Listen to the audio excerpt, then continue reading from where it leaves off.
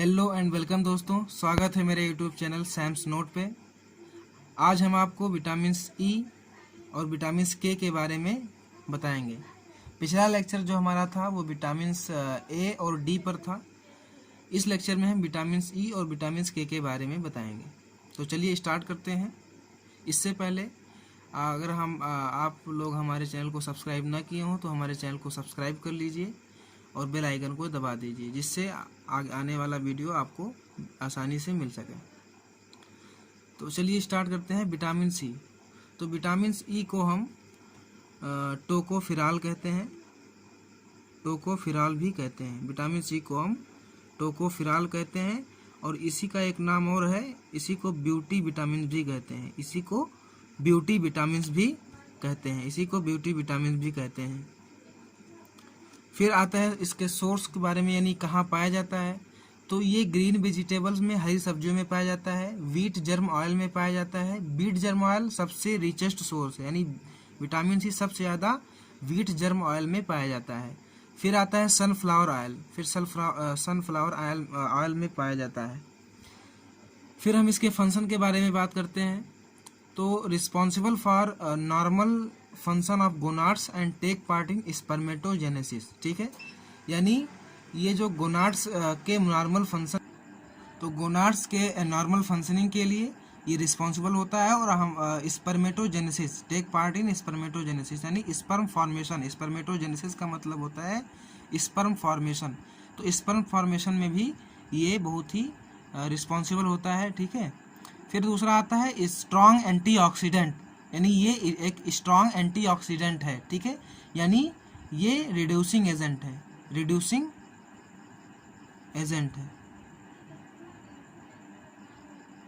फिर आता है डिसऑर्डर। इसके डिसऑर्डर इसका क्या क्या है। तो take part in erythrocyte breakdown. ठीक है, तो यानी इरेथ्रोसाइट का मतलब होता है आरबीसी, यानी आरबीसी के ब्रेकडाउन के लिए ब्रेकडाउन कर देता है विटामिन सी की कमी से। फिर आता है causes haemorrhage on early abortion due to weak placenta also cause muscles degeneration, यानी इसके कहने का मतलब ये है कि अर्ली एबॉर्शन, यानी जब महिला में जब वो प्रेग्नेंट जब होती है, प्रेगनेंसी जब होती है, तो उससे अर्ली एबॉर्शन हो जाता है, यानी पहले ही डिलीवरी। एबॉर्शन का मतलब होता है डिलीवरी। ठीक है, तो एबॉर्शन प्रसव जिसे हम कहते हैं, हिंदी में प्रसव भी कहते हैं इसको। तो एबॉर्शन अर्ली हो जाता है, पहले हो जाता है। क्यों?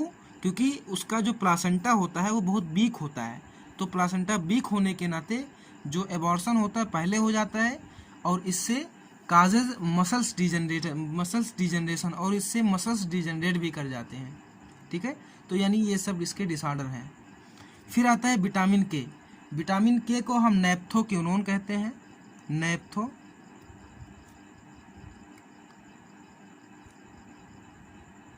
नैप्थोक्विनोन भी कहते हैं इसको। ठीक है, अब इसके फंक्शन के बारे में बात करते हैं।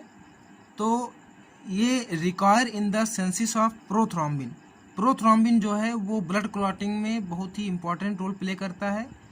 ये प्रोथ्रोम्बिन थ्रोम्बिन को एक्टिवेट कर देता है, जिससे फाइब्रिन की जाल बन जाती है, जिससे जो हमारा ब्लड है वो क्लॉट कर जाता है, इसलिए जो है ब्लड क्लॉटिंग हो जाती है। तो उसकी रिक्वायरमेंट के लिए, उसके सिंथेसिस के लिए विटामिन के की जो है बहुत ही रिक्वायरमेंट होती है, बहुत ही महत्वपूर्ण है उसके लिए।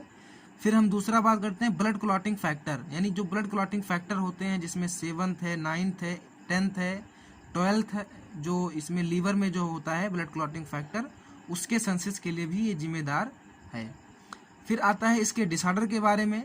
तो इसका जो डिसऑर्डर है उसमें delayed clotting and haemorrhage. Delayed clotting का मतलब कि इससे क्लॉटिंग नहीं होगा, क्लॉटिंग देर में होगा, डिले होगा। ठीक है, देर से होगा, क्योंकि प्रोथ्रोम्बिन एक्टिवेट नहीं कर पाएगा थ्रोम्बिन को, और थ्रोम्बिन को एक्टिवेट नहीं कर पाएगा तो फाइब्रिन का जाल नहीं बना पाएगा, और जब फाइब्रिन का जाल नहीं बनेगा तो ब्लड क्लॉटिंग नहीं हो पाएगी।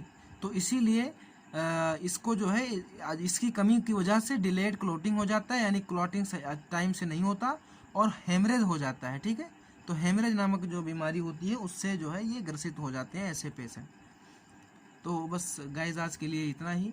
अगर हमारा वीडियो अच्छा लगे तो इसको लाइक करिएगा, कमेंट करिएगा, और हमारे चैनल को ज़रूर सब्सक्राइब कर लीजिएगा, जिससे आगे वाला वीडियो आपको आसानी से मिल सके।